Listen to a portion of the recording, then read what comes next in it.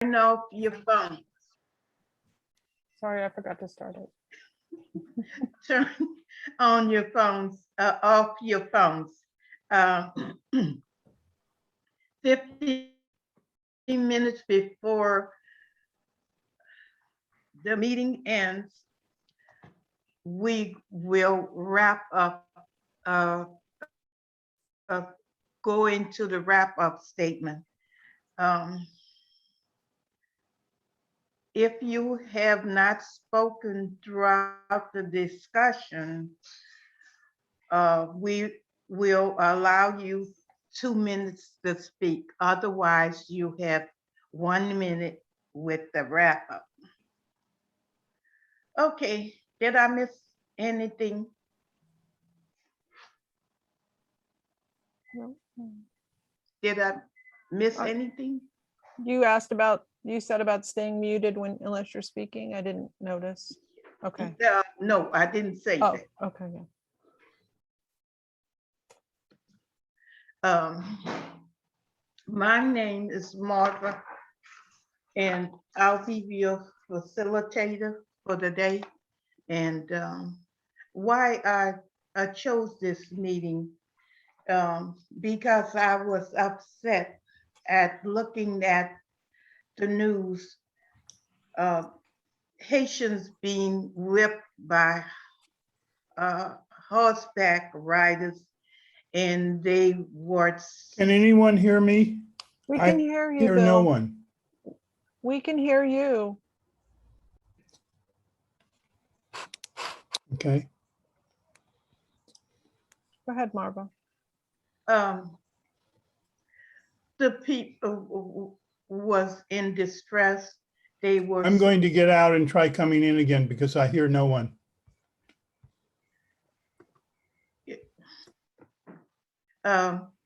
I was really upset because the Haitians had already been under duress and stress, and they lacked shelter, food, and facilities for personal hygiene. If you lack empathy, you can't see the racial injustice or discrimination. You always view the victim of racial injustice or discrimination as lesser than. You can't change society. You can only work on changing yourself. Protests can make you think about the problem. News media can put the acts of racial discrimination in your face and on your mind. I'm going to go join Cindy because I'm Thank you. going to go join Cindy because I can't get audio. Okay. But change comes with your heart and soul and conscience. We can argue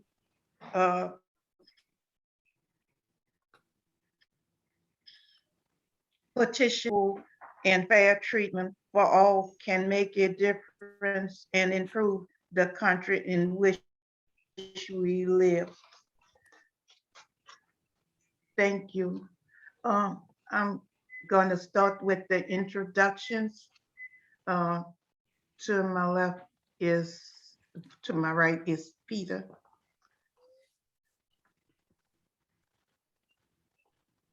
Unmute, Peter. Couldn't get audio. I heard that. I don't understand why, but it doesn't matter. Hello, everyone. I am Peter. I am Marva's next door neighbor. Have not been at the meetings for quite a while for various reasons. But here I am today, and I'm glad to be back. Nancy. Good morning, I'm Nancy Moore. I've been coming to Erace since June of 2007. Always interesting. Nora. Hi, I'm Nora in Austin. I think this is my 4th or 5th meeting. And thank you. Cindy.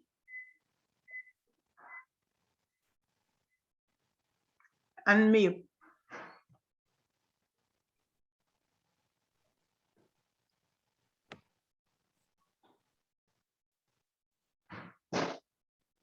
It always seems to take me too long to unmute. Sorry.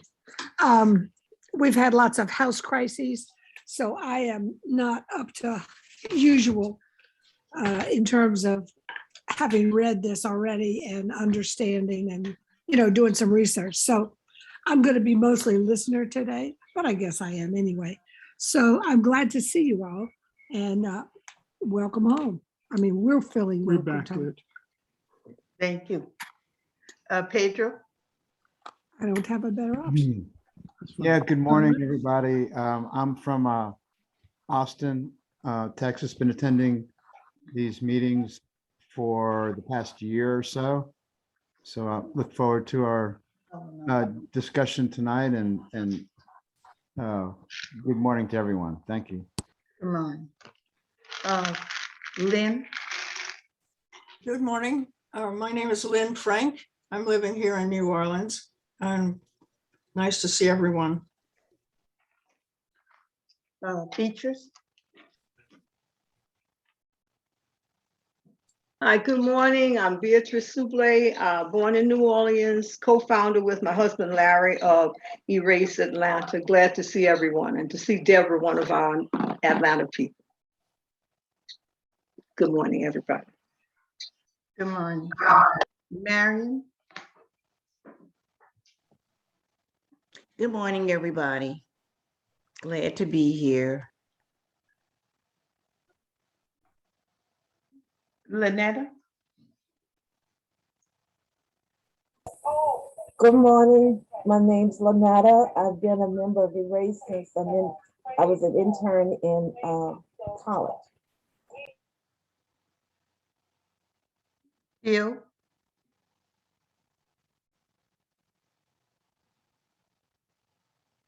Bill. You're muted.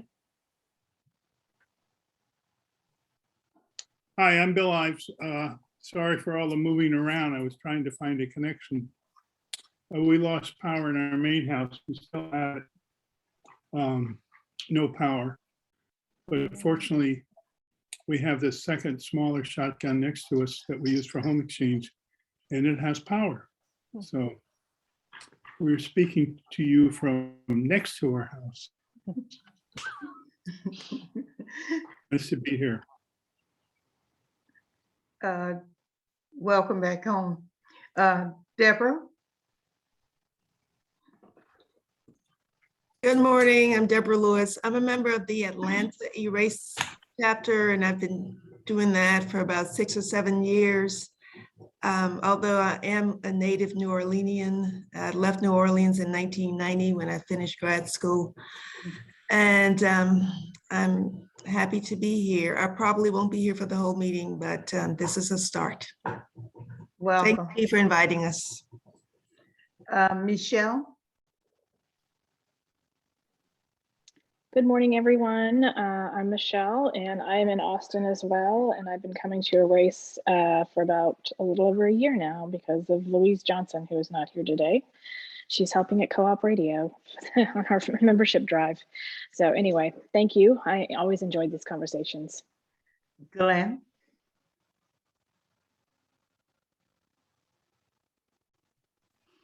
Good morning, I'm Glenn from New Orleans. I've been coming to Erace since 1994. Glad to be here this morning. Phyllis. Good morning, everybody. I'm Phyllis. I've been coming to Erace since 2008. I'm glad to be here. Okay, that seems to cover the introductions.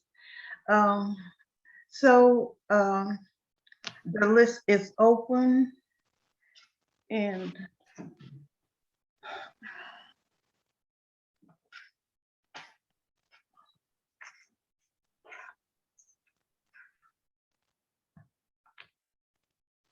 okay, I'll give you a little tidbits. Lynn had her finger up. Martha. Okay, Lynn. Lynn? Yes, I was worried about how all of these people got in the same place at one time and who they were and how they paid for the trip and so on.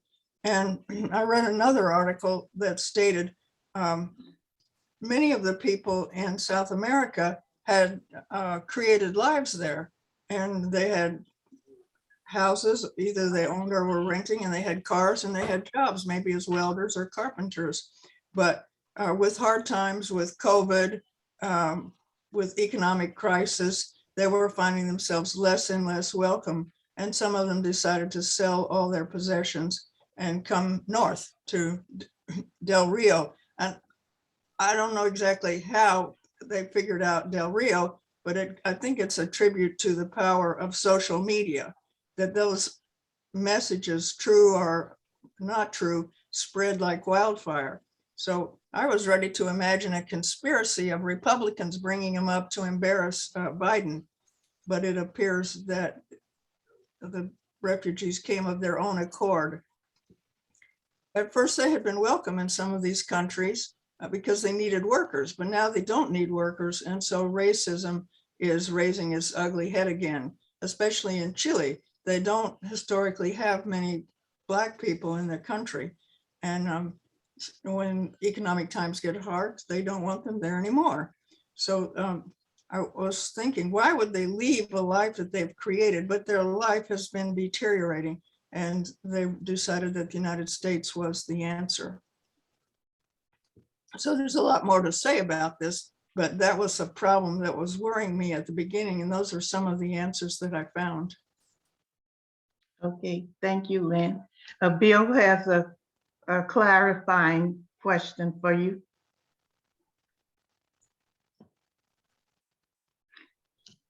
Bill, we can't hear you. You're muted.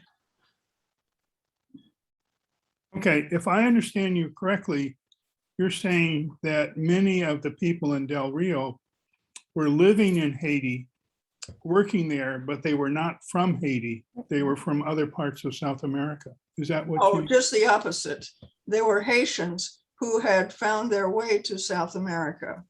If you look at a map, Venezuela and maybe Colombia are relatively close to Haiti. They probably can get there by ship, but then very arduously, they crossed the continent to get to, well, they went to Brazil, and Chile is all the way on the Pacific coast. But I think it's a relatively prosperous country, and so they went there. Okay, so these were Haitians. They were Haitians who were evacuating from South America because things were getting tough in South America. Gotcha. And so it was coincidental that things were deplorable in Haiti. Yes, Haiti has had the earthquake and the assassination of the president and their perennial problems. So they were not dreaming of going back to Haiti, but to find a better place than Chile or Brazil. Thank you. We have Beatrice and Bill. It was really difficult to look at the numbers of people for the reasons that Lynn has expressed, arriving in Del Rio in such difficult circumstances, but knowing that they had left circumstances that were difficult, thinking that they were coming to a promised land. At least the area has been cleared. Now you can put quotation marks around cleared. Some of the people, of course, were sent back, quotation marks, air quotes around back, because they didn't come from Haiti, back to Haiti. But 12,400 of them have been allowed to stay and to apply for asylum. Now, how that goes, we do not know. But it is difficult to look at anything related to Haiti and not think about their past and how even from colonialism, how their history and how they have been taken advantage. The people, many of the people have been taken advantage of by their own. Think about Papa Dr. Duvalier and his son. Think about all of the the fact, I tried to look this up so I could be accurate, but please do correct me, that the Haitians had to pay reparations to France after their end of colonialism. Their circumstances are difficult at best. The terrain is a difficult terrain. When they were during the days when there was enslavement and they were clearing the land for the sugar plantations, erosion set in. I mean, it's just, there's a whole history of a very difficult, painful circumstance for people who continue to struggle. And we don't see, there doesn't seem to be, there was a hospital when 10 years ago, whenever that first earthquake was, the hospital was supposed to have been built. That never has been rebuilt. Never has been rebuilt. The money was there for it. It was terrible to watch what happened with the people on horses, and that has been those people, of course, have been released their jobs and all of that. I just think we don't have a good immigration. Is that the sound thing? It is. All right, I'm good. I'm glad it could be heard this time. I'm done. Thank you. Bill has a clarifying question. Yeah, turn on your mic. Where you, Bill? I see you, Pedro. Uh-huh. You're I don't hear muted, Bill. Okay, sorry for the delay. Did you say that the Border Patrol people on horseback were relieved from their jobs for their horrible behavior? Yes, that's what Mayorkas said. Yeah, that they have been relieved, and that horses are not even ever going to be used again in a situation like that. Right. Yeah. Oh, well, that's really wonderful to hear, because as you said, and a lot of people have said, they were like mimicking the old slave catchers. And Right. It was horrible. Right. So I'm glad that they were relieved from their jobs. So she answered your question, I think. Yeah, no, I Thanks. Bill, you're up next, followed by Pedro. There's background noises I'm hearing. Bill, you have the floor next, and followed by Pedro. And the list is open.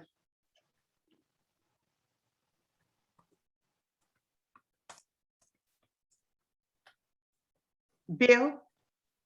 I'm unmuted? Yeah. Can you hear me? Yes. Okay, good. So I'm so glad that these people were relieved of their jobs. I have heard from a number of sources, Border Patrol is the most conservative, racist police organization in this country. And that's why they loved the former president, because he spoke their mind, many of them. And there was a Facebook group, a hate group, that had, I could be off on the numbers, but had thousands of Border Patrol officers who were part of this Facebook hate group that was spewing racist things. And it was discovered, I don't know what the consequences were for them, but this is not at all surprising that they behaved in this racist way. But I'm glad that there were at least consequences for a few. I have more to say, but I'll wait till another turn. Okay.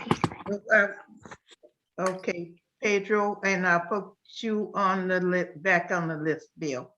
Well, I'd rather hear some other people talk first. I'll raise my hand a little bit. Okay. Pedro? Yeah, I just wanted to kind of fill in the blanks a little bit on some of the things that have been said about Haiti. I think the main thing is what's hurt Haiti more than earthquakes, and what's hurt Haiti more than the assassination of the president has been the economic domination of Haiti by France and the West. So you're right that the reparations before Haiti became independent in 1803 or 1804, they were Saint Dominique, a colony that produced 3/4 of the world's sugar and half of the indigo. It was the most profitable colony, or one of the most profitable in the history of the world. And this is which is what created the wealth of France, really, this colonialist deal here. And then France got reparations. They surrounded, after the Haitians defeated not just France, but they defeated the English, the Spanish, and even the United States provided military aid to put down this slave rebellion because slavery was so important to their economies. And so then when you go to the Duvalier period in the 1940s and 50s and et cetera, these were governments that were supported by the United States. And so I just think it's so important to know that the poverty of Haiti is not created by Haitians, it's created by the West. And this racist type of deal, when you look at the world today, the top 50 nations with the worst infant mortality rates and lowest life expectancy are all African nations and Haiti. I mean, you can search it for yourself. There's some Asian nations in there too, but this is a result of that neocolonialism that's never discussed. And so I just wanted to bring that to the table. And then lastly, when they did have awesome President Aristide, who overthrew him in a coup, it was the US that overthrew the coup, that was improving these conditions in the Haitian country. So thank you. Thank you. We have next Greer, and the list is open. Did I miss anybody? Okay, Greer, you have the floor. This is just, I'm like dumbfounded. But I always said, when we start coming over those borders in numbers, then it's going to be a problem. And all of a sudden, it's a problem. Like what was just said before, what Pedro said. The reason why Haiti is like it is because everybody's taken from it or sanctioned that country. Because if you wanted to deal with America or France, and you try to help Haiti or try to industrialize Haiti or do anything with Haiti, they will sanction you too. Haiti's in the place that it is right now because the slaves had, in America's mind, in the European world's mind, the audacity to want to be free. That's it. Thank you, Greer. The list is open. Phyllis? Anybody Oh, else? Okay, Phyllis, you have the floor. Someone mentioned they were fearing there was a Republican conspiracy bringing Haitians to the border. Well, Fox News has been reporting that Biden has the borders wide open and is letting anybody in. So, I assume Haitian people at the border have access to Fox News and can see those reports and might not know what we know about Fox. And that's partly how that happened. And also in terms of the deportations, I think Biden got rid of most of Trump's immigration policies, but he kept the rule that you could deport people during a pandemic. And that is the rule he's using.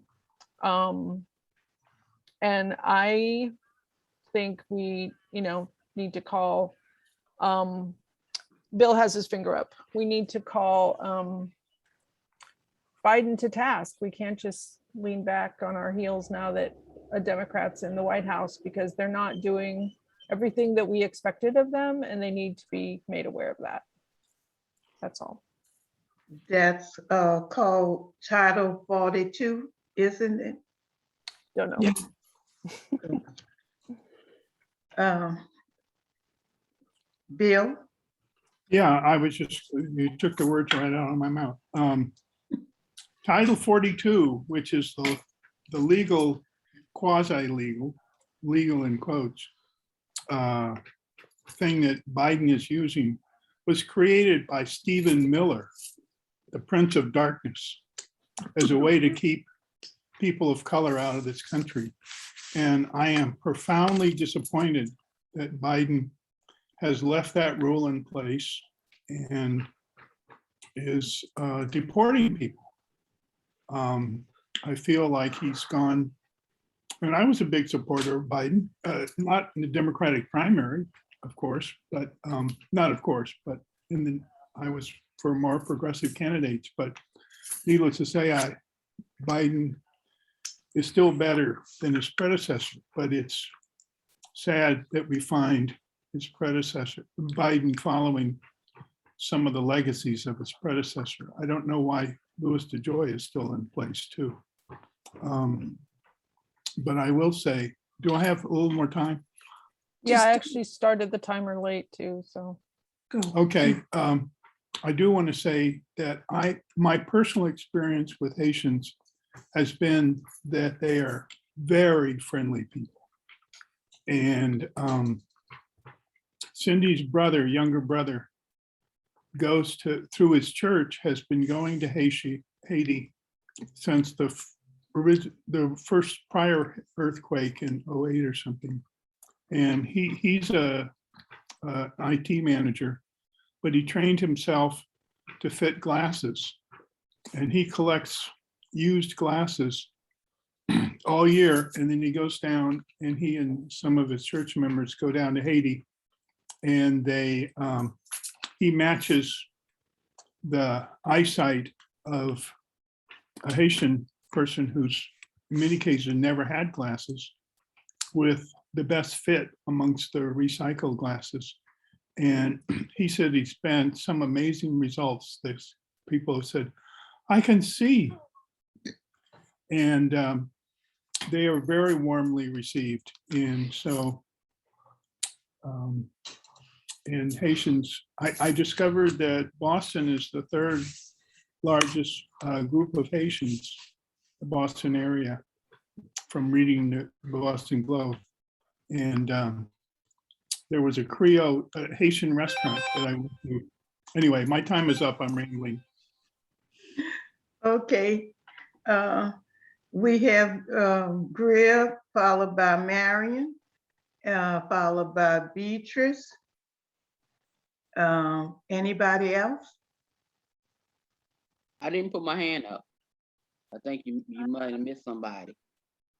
Pedro and Glenn Oh. have their fingers up. It wasn't me. Leonetta, are you waving your hand to get on the list? I think Yes, I've been doing it for the last 5 minutes. you got to do one finger and go really slow, but move it. You're just creating a blur. Lynetta, I added you to the list. Griff, Griff, you didn't raise your hand. I have a hand by you like that on your screen. Remove it. That was Glenn who was raising his hand. No. No, that's not what we're talking about. I have Marion, followed by Glenn, Pedro, and Lynetta. That's it? Mhm. Okay. Marion, you have the floor. Beatrice. Did I unmute? Yes. This topic made me remember two lovely girls that were in my 6th grade class many years ago. Their names were Violette and Souvenir. They were from Haiti. They're young women now. And there was another little girl. She was so funny. I can't think of the child's name. The representative to Haiti adopted her, and she was so eager to come to school. Some way or another, she left the house early that morning and she followed the streetcar tracks to get to school. That's how eager she was to come. But I remember Violette and Souvenir because they were such sweet girls. And since this topic of Haiti came up, I thought about them. But they're here in the United States. I don't know if they're still in the New Orleans area. As I said, they were in my former 6th grade class. I think it's horrible to use an old cliche about a special place in hell for people who have exploited those people, basically treated them worse than you treat a dead dog. It's outrageous. It goes beyond outrageousness. And I hold world leaders accountable, especially the United States, since they want to be front and center about meddling in other countries' affairs. But to me, this is an abomination to end all abominations for those people to have been exploited and treated like this all of these years. And may anyone who's had anything to do with the exploitation and taking advantage of those people, may they burn in hell for all eternity.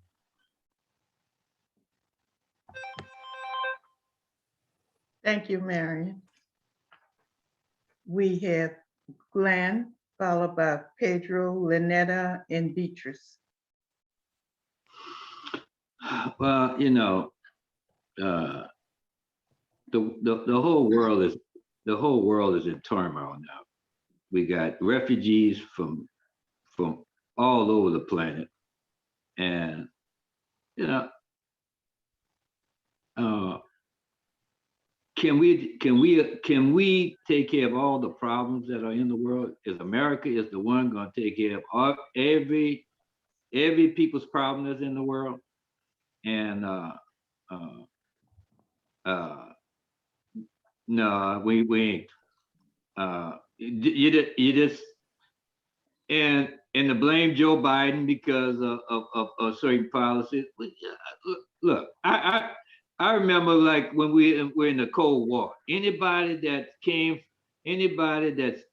that they were against Russia and they come to the border with a story that they're being oppressed by the communists. Well, we let them in, but they were coming in like a trickle. You know, they were coming in like a trickle. They wasn't coming in by the shipload. You know, so you know, just you know, some of our policies are just going to have to change on because situations in the world has changed, and we cannot just take on every people that has problems in the world. They got the Uyghurs in China. They're being persecuted worse than anybody right in the world. They got 2 million of them in concentration camps. You know, are you going to take those 2 million? Will we call China up and say, let us have those 2 million Uyghurs to come over? So we cannot, you know, make us bad people because we turn some people away. Some people don't qualify. Their reasons are not. It's not, you know, they don't qualify to come in. That's the bell went off. Mm-hmm. Yes. All right. Thank Good. you, Glenn. We have Pedro, followed by Leonetta, Beatrice, and Phyllis. Yeah, I got Bill added to the list. Go ahead. okay. Go ahead, Pedro. Thank you. So yeah, I mean, it's a very complicated world we live in, and the complications are created, I think, by many of the powers that benefit from, you know, this kind of human misery we're talking about. I think with respect to Glenn's comments, it's true that a lot of Eastern Europeans came to the United States to escape quote unquote communism, but they were white and they were let in big time. So there's an underlying issue there. I wanted to go back though to this issue of reparations that Beatrice brought up, which I think is so important because it points to the contradiction. You know, the misery in this world, so much of it is created by the policies of big, powerful countries. And then when we create unlivable circumstances in these countries and they want to come to the United States, we say we can't take all the refugees of the world, but we can facilitate these policies that create these miseries. And so that's one thing. I also wanted to say that Bertrand Aristide became president in 1990. He was the first democratically elected president in Haiti. He didn't last a year before we couped him out. And then again in 2000, he was reelected representing the Lavalas party. If you study this issue, you can see there was amazing improvements in the majority population during this period of time. But he was cooed out again by the West in the US. And then finally with the deal with the reparations, think about that. In 1825, 21 years after the independence of Haiti, France demands reparations, circles Haiti, cuts them off from the international market, and demands those reparations that they end up paying. But we can't get reparations for African Americans in our own country today. It's a non-starter. Thank you. Thank you, Pedro. We have next Lynetta. Yes, I had expressed my feelings at last week's meeting about the Haitians, and I just want to reiterate it. I truly believe that it is a conspiracy that these people all converged in this one place. I think if it was with Fox News, if they were listening to Fox News, that sounds plausible. But I think it was a conspiracy to get those people here. And I also would like to know, does anybody ever remember horses being used on the border? This is the first time I've ever seen it. And it made me think about slave times. And it was just atrocious to see that. Also, I wanted to just remind people about how different over the years the Haitians been treated. Do y'all remember how they were treated with the AIDS epidemic? What happened to them? And it's just been, it's ever since this country has been existing, they've always been treated differently from any other country in the United States. I don't even think the blacks in Africa, Mother Africa, are treated the way Haitians are treated by the United States. And other people have said it, and I've said it too. Our whole immigration systems needs to be changed, and everybody needs to be treated the same. If you're going to have horses there for the Haitians, have them there for the people from Central and South America too. If you're not going to do the horses, don't have them for nobody. Thank you. Thank you, Leonetta. We have Beatrice. It's a really very complicated circumstance, and I think that I've been trying to think about some kind of Marshall Plan, something that includes justice as well as charity, because we're real good with sending what people need right away when we see that a hurricane has occurred or an earthquake. But there needs to be a reckoning of what countries like the United States have done in the past that have set the circumstances for people to be in the situations that they are, as the persons of Haiti are, in terms of economics, in terms of their politics. Like Pedro's been saying, Aristide would have been good had he been able to stay. And the Haitian people are very strong people. They voted. The Tonton Macoute, those horrible forces, government forces, were chopping at people. People were standing in line to vote, and they were chopping at them with machetes to keep them from voting. So I mean, these people are resilient and strong. If they ever had long-term justified justice support as well as charity, as if we took responsibility as a country for what we did, ravaging their resources and just leaving the people, we could go a long way with them, with the Haitian people not being in a circumstance where they feel the only solution is to leave. The land itself has been so destroyed by the various natural resources. But as I was saying earlier, erosion began, there's just a whole confluence of bad circumstances that someone needs to look at long term and recognize that we have to do like Native Americans say, when you make any decision, decide how it's going to affect 7 generations forward. And when we started taking the resources from this country, when France did, and put, then someone with more thoughtful, more deep thoughtful way of dealing with issues should look at how is this going to affect generations forward. So it's just very distressing and painful to watch how Haiti over and over and over has been ravaged in one way or another, either by natural resources or people taking their wealth in some way or another. But they still have tried to survive. 3/5 of the population is illiterate. Schools are not required, but from 6 to 12 years old, and a lot of people can't afford the schools, the parochial schools. It's a very difficult situation, very complicated, like most situations are where people are involved. And we just need to recognize what we have done and what we can do and do it. Thank you, Beatrice. Phyllis, you have the floor, followed by Bill and then Glenn. No, okay. So I wanted to address what Glenn said about, is it America's role to fix all the problems? Well, I think if we created the problems, yeah, we do have a responsibility to hold ourselves accountable, to address equitably and with justice the problems we've created. For instance, bringing in Afghan refugees right now. A lot of people are opposed to that, even though most of the people being brought here are people who helped the Americans and other Western nations while they were in Afghanistan, which, we could argue, yeah, we shouldn't have been.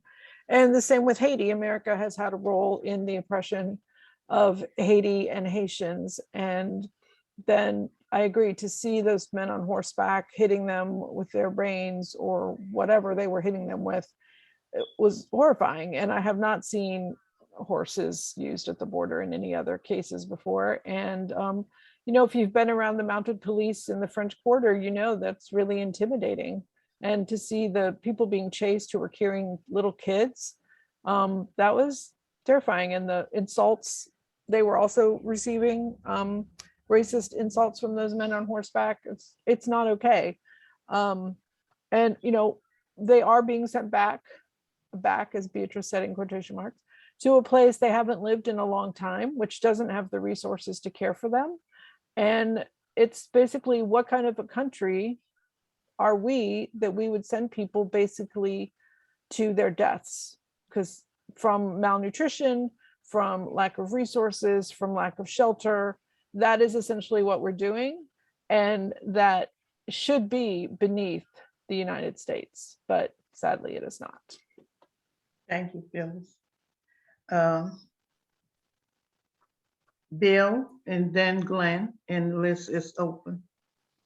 Yeah, to pick up on what Phyllis said, we've been sending people back to their death in Honduras, Nicaragua, and El Salvador for years.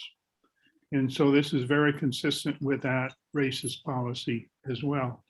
And Special Envoy to Haiti from the US resigned because he protested the inhuman and counterproductive treatment of the Haitian immigrants. But if you look at it historically, the slaves were, when the French Revolution happened in 1795, they freed all the slaves in the French Empire. So the slaves in Haiti were free. But then when Napoleon took over, the French plantation owners told Napoleon, if you don't give us our slaves back, we're going to join the British and fight you. So Napoleon rescinded the freedom of slaves, and that triggered the Haitian slave rebellion. And Napoleon took 10,000 troops to suppress the rebellion, and most of them died of yellow fever. and he lost them all. And that was the result. As a result of that, the Louisiana Purchase happened and New Orleans became American. And then after the successful revolt, the population of New Orleans was doubled from Haitians who were fleeing, who didn't want to be ruled by the freed slaves, and they were leaving there. But to mention one other thing, I think we have always been the haven for people who are oppressed and afflicted. And in the 1800s, it was Eastern Europeans from Ireland, Italy, whatever, and we welcomed them with open arms. And as soon as people of color started to come in, we instituted the Chinese Exclusion Act and carried it on from there. So yes, we should be the haven for the people seeking freedom from oppression. Thank you, Bill. Glenn, you had the floor. Yeah, well, like always, there's a lot of drama we do a lot of drama in these classes. And you take some bad employees on a horse beating somebody, and you're gonna blame the whole system. That is policy, as though that is the policy. The reaction to it shows that it's not the policy. But we don't bring out the balance. We just bring out this one-sided view, which is incorrect. And we have allowed Haitians in by the boatloads during Jimmy Carter's time. And we let Black people in from Cuba during Jimmy Carter's time. It ain't just European whites we have let into the country.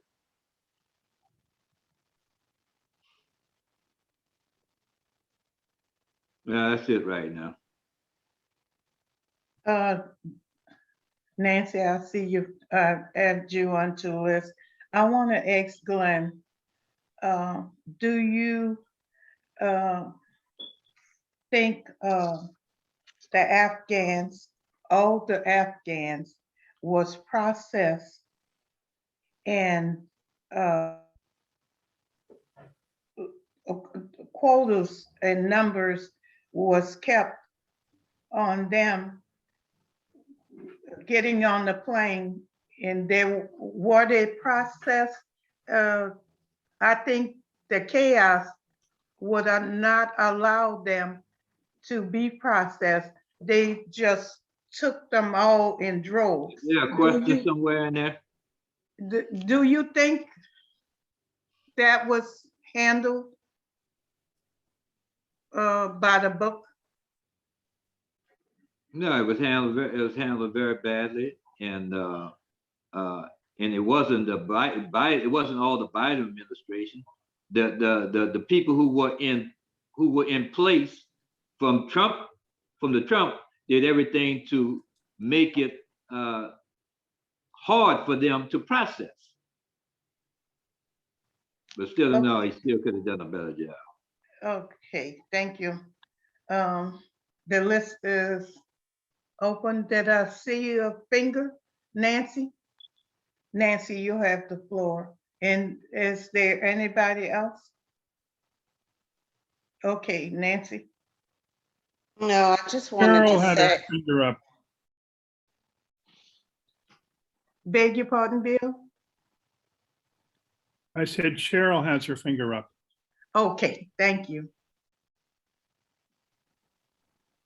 Nancy, continue. The immigration quotas prior to even in the 70s and the 80s, and I'm not sure before then, but from European nations, it's like the doors have historically always been open and not a problem for immigration to the United States. But when you're looking from countries, particularly African countries, the numbers are historically, they're much lower than what they are from European nations. If they allow 50,000 people or 100,000 to come from a European nation, an African nation might have 3,000. And that's just been throughout the years. So this isn't something that just recently happened.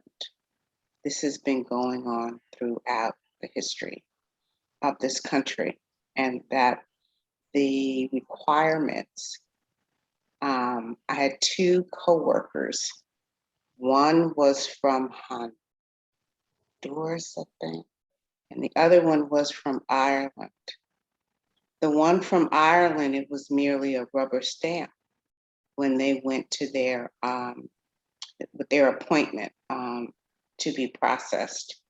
They had gone through their green card application.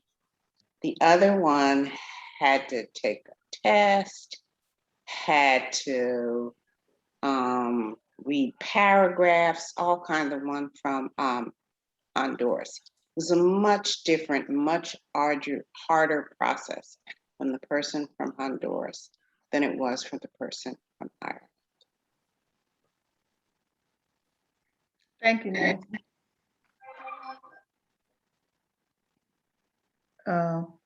I see Greer's hands up on the square, and Cheryl is next.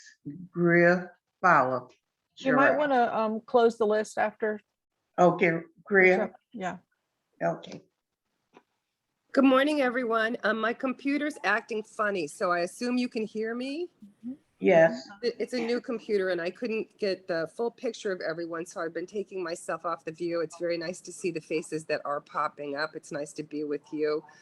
This article is a very timely one for everything that we're all experiencing, because it's all, I can see that everyone else, just like me, is charged. There's a charge with this of pain. The images were really disturbing. The first ones came to me from someone who used to do work in Haiti, and it was an ad. I've asked her to, it was like a meme from the NAACP that had a block print of someone being whipped from horses, and then a picture of someone being, startled and scared and chased by these horseback riders. The images as a human being are disturbing.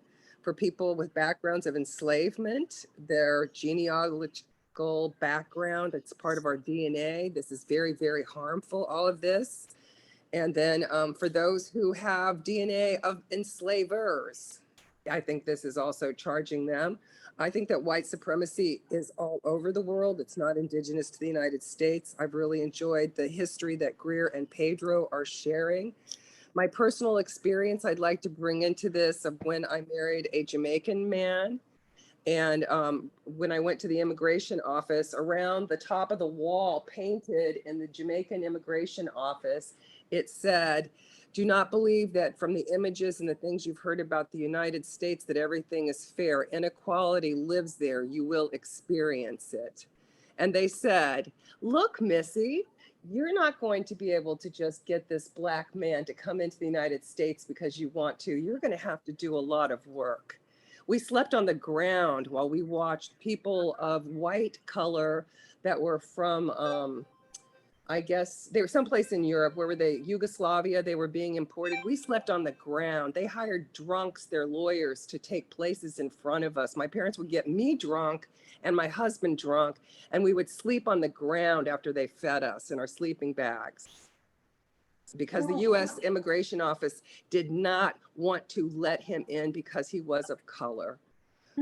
I have had a Haitian partner as well. He came to the United States because his coloring was lighter than the rest of his family. He was told by his relatives to get him out, and he was granted passage because his grandfather worked for Papa Doc, a CIA white agent. Haiti has been used as an example and a whipping post, I think, forever. The fact that they are a strong and vital group of people that have such presence in their culture and they keep their strength is one of the reasons they just continue to be beaten down. And it has to do with the fact that they did rebellions, and they are still paying the price for that. And there's been some really great things said. Greer said some wonderful things, and I'd really like someone to share with me the Title 42 rule, because I myself wrote to the president yesterday, and now I plan to use this to write to more people. So if someone would take the time to tell me that Title 42 rule, if you've got that and I can research that, I'd really like that, because that sounds like something, I think Greer suggested that all of us, after we get off of this or by Monday, should be writing to the president. And Kamala Harris is very big on immigration. She helped a friend of mine. Sorry, Cheryl, your time went off a little bit ago, and I don't know if anybody heard it. Sorry. Thank you for letting me babble. They've got tons of stories about this. But Thank you. I think if you Google Title 42, you should be able to find what you're looking Thank you. Greer, and that wraps it up. Greer? Yeah, I'm here. What a lot of people don't realize, what a lot of countries do, like to African countries and Haiti in particular, is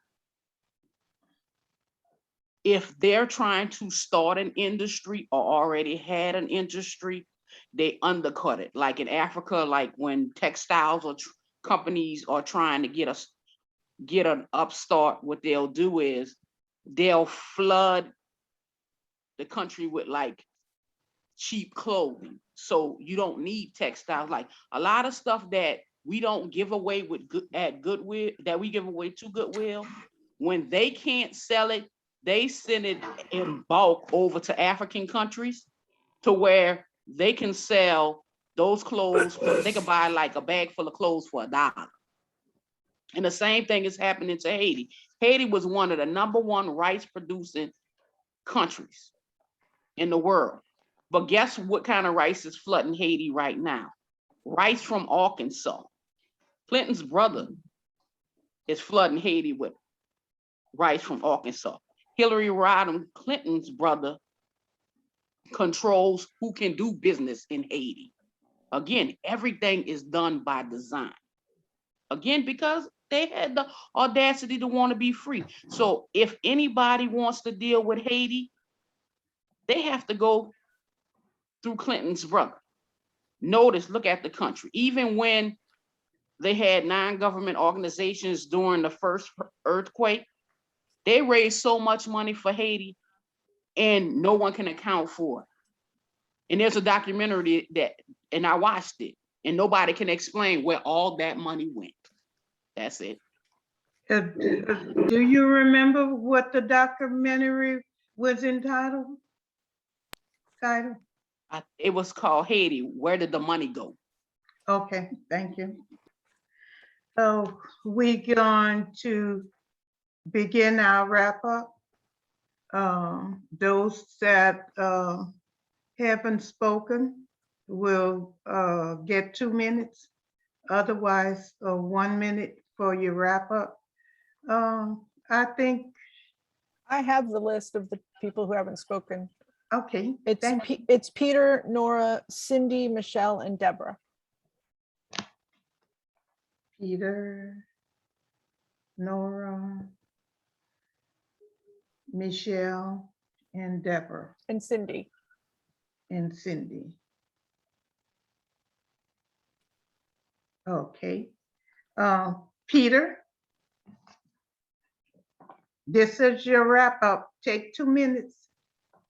Well, I guess I don't have much to say except that what we see going on in Haiti is just par for the course, typical of a history of Western nations exploiting colonial nations for the past 200 or 300 years, and it's still creating issues and always will create issues. I guess that's all I got to contribute. Thank you. Nora? I don't really have anything to add. I just thank you for everybody else for your knowledge and the research you've put into this. And I enjoyed the conversation. Thanks. Thank you. Michelle?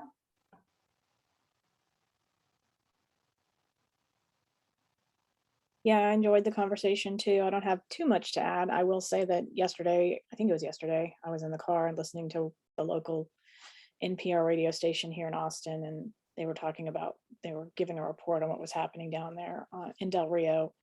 And, the commentator pointed out that, it was blatantly racist what was happening. And that was just indicative of what's happened in the past all through history. And there's no way to deny that. And they gave the statistics about immigration into the United States that Nancy was quoting. And they gave the statistics, the actual statistics of how many, countries we let in the populations from those countries. And it was, pretty striking that the differences, that the minimal percentages that are let in from the African and the predominantly Black population, Black nations around the world. So, and that's clear. I mean, I already figured that out from, all the stuff that I've been reading the last several years. But anyway, I thought it was interesting that a major news outlet was promoting that and saying that, because that's not always the case. And then on an aside, I just want to make sure that those who are interested in the Scene on Radio podcast know that there's a new season that just came out, and it's on environmental justice. And I've listened to the first 2 seasons, and there's a lot in there just right now, but leading up into the history of how we got to this point. And there's a lot about colonialism and religious influence in that. So I would recommend anybody who's listened to the other seasons, pick it up because it's good. Thank you, Michelle. Cindy?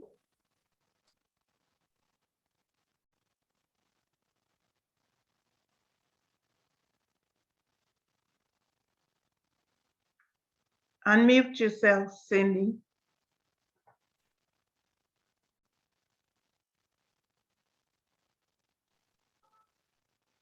I don't know if she can hear us.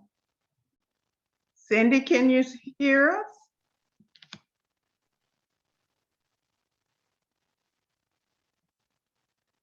Okay, we'll go on to Deborah.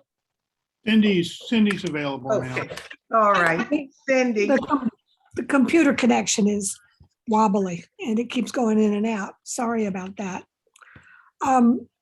I find this whole thing so discouraging that we still are stuck in this old imperialistic mode, that it's okay for us to be in charge of everybody. And that's a bunch of baloney, I'll be polite. I would hope by this time that we have looked at the consequences of our actions as a country and understand that we are not in charge of places like Haiti. Certainly we can sympathize and we can help and we can teach and we can send volunteers and all of that. But we've got no business telling them what to do historically. We actually have a lot of reparations to make for what we've done historically. But I don't see that being talked about either. So it's a discouraging. I wish I had an answer. Can I say one thing? Because I want to share some links, but they're in my computer in the other house. So I'll have to go where there's no audio. But I wanted to say, I had a hair cutter in the Boston area who was Albanian, and she left the country when the communists were still in control. And she had no trouble getting into this country as a communist refugee. But then the communists lost control, and she had 3 younger brothers who didn't qualify under that. But so they could assimilate so easy, they just came to visit her on a tourist visa and stayed. And they've been here for decades now, owning companies. So if you're Eastern European, it's not a problem. Thank you for sharing that. Deborah? I really don't have anything to add. I just want to say thank you guys for allowing me to participate. And I actually learned quite a bit by just listening. So I hope to join you guys again. You're welcome. Look forward to seeing you in the future. Okay, we'll start our 1-minute wrap up. Phyllis. Sorry, I had to think. Yeah, I really appreciated Cheryl's statement that there's a charge of pain in all this for white people and Black people. I think that's a good way to put it, and sort of justifies the emotional response that someone else often criticizes. And I think that we all should feel an emotional charge about this, because serious injustice is being done and we should not tolerate it. And if it's allowed under this president, I'm sad to say there's a strong chance his predecessor could become his successor, and in 2024, and then we are in deep, you know what. Thank you. Thank you, Phyllis. Nancy.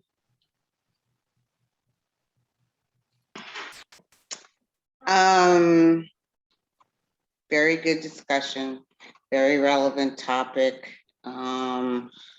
It's sad to see that those images on television with the horses, and the fact that they were able to clear out that area the way that they did. What happened to the people? Where did they go? They haven't been deported as of yet. So where are they? Are they in cages? Where are they? So I guess we just have to, or I'll have to watch the news to find out exactly where they're being kept. Thank you. Thank you. Nancy, I heard 8 flights back to Haiti has taken place. Nora. Nora was a 2-minute person. Okay. Pedro. Yeah, thank you for the discussion. I just want to, among the many lessons that Dr. King taught was that there's no such thing as a lesser human being. When we talk about accountability, it cannot occur without the knowledge of the misery that's been created from the foreign policy that I've studied for a long time. And just as some examples, in Honduras, Zelaya was president in 2007 and 2009, in which great things were happening as far as quality of life for Hondurans. Yet the Obama administration enabled that coup. In Haiti, we've already talked about that, how Aristide's government was reversing all these terrible living conditions. They were couped out. In Ecuador, under President Correa, 10 years, you can check this out. All of these indices were improving, but we were opposed to that government. In Bolivia, under Morales, 10 years, same thing. And so I guess that's really it. If we study these things, we have to, only then can we begin to hold our government accountable. Thank you, Pedro. Lynn. I don't have anything to add. Thank you, everyone. Thank you, Pedro, for reminding us of all the interference the American government has been involved in countries around the world. Thank you, Lynn. Beatrice. Yeah, great conversation, a lot of information. I think we have to rethink what American interests are and what does that mean, and how do we go across the world deposing and involving ourselves in coups when we have determined that a leader of a country doesn't serve our interests, when they were perhaps legally elected by the persons of that country. We need to kind of reshape and redefine that. Tucker Carlson now is running around talking about the replacement theory, that all these people have been brought here, they're going to be Democrats, they're going to be, it is a racist policy that is being expressed and being pushed by the pictures now of what was at the border. 12,400, I know Nancy was asking, of the people have been put in process, at least, for to be going through the what we call the legal process to be admitted to the country. The Afghanistan people, Marv was asking, not parallel situations, not trying to say that, but when they got on the planes and went to the bases where they went, they were processed. They did either get vaccinations, they got tests and all that kind of stuff.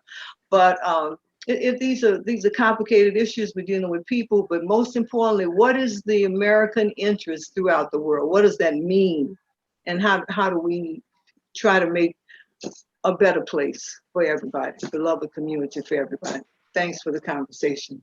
Thank you, Glenn. Marion?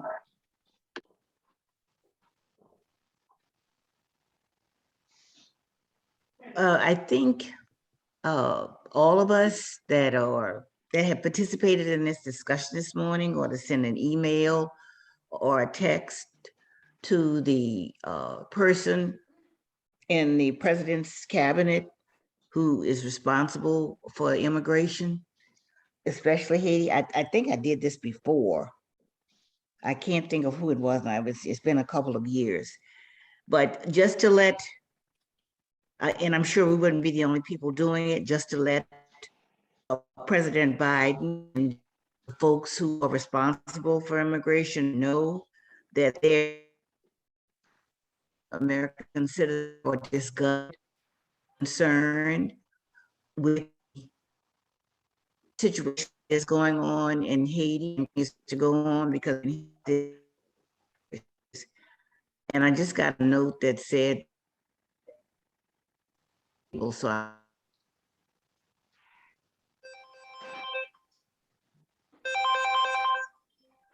Marion, your screen is frozen. Glenn?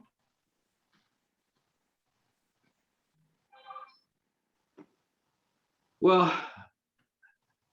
y'all, a lot of things has been done has happened in the past, and we getting some results as people have stated from the past. But there are things that are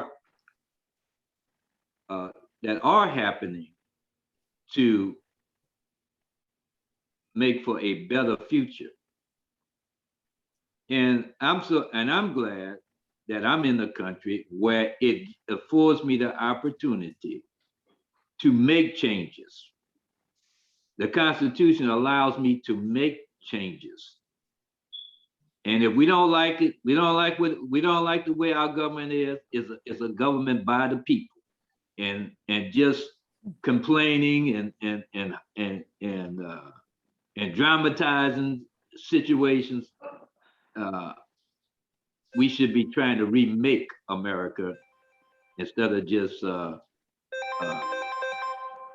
blaming the politician. Thank you, Glenn. Cheryl? Just want to also thank Beatrice for all of her great information. The history part and all the facts is really great to hear. It's really been, I guess the word pleasure isn't the right one. It's been very good and fortifying to spend this time with you because this is such a painful subject. And I appreciate all of you and hope to see you more in the future and be more consistent now that we've got a lot behind us. Thank you. Thank you, Cheryl. Good subject. Thank you. Leonetta?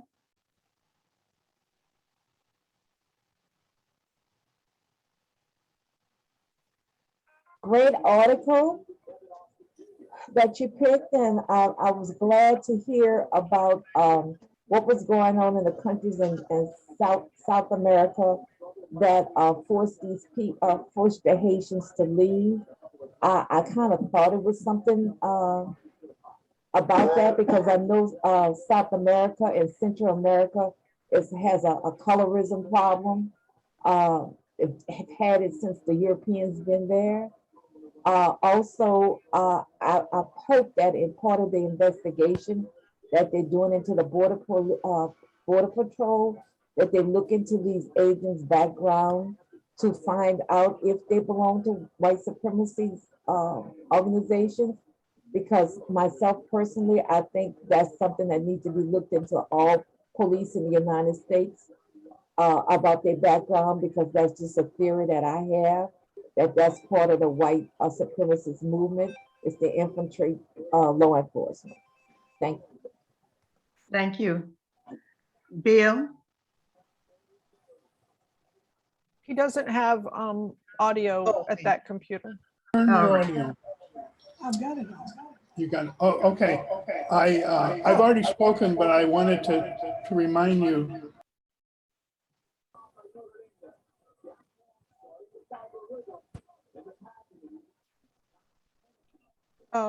We can't hear you, Bill, because you're unmuted at both locations. Oh, we were trying to get rid of the There you go. echo. Don't turn That's your- good. The echo's gone. Okay. I just wanted to point out, I put 3 links in the post, the chat. Yeah, there's still an echo. Okay, We got him. Thank you. thank you. Michelle? Michelle was a 2-minute Okay. person. Okay, good. Uh, She- Greer, I think Thank is you, next. each and every one of you for Did you- your Did you do Greer? I didn't get to go, and Galaxy S10 didn't go. Yeah, we don't know who Galaxy S10 is. Oh, that's Chanel and Janelle. Oh, okay.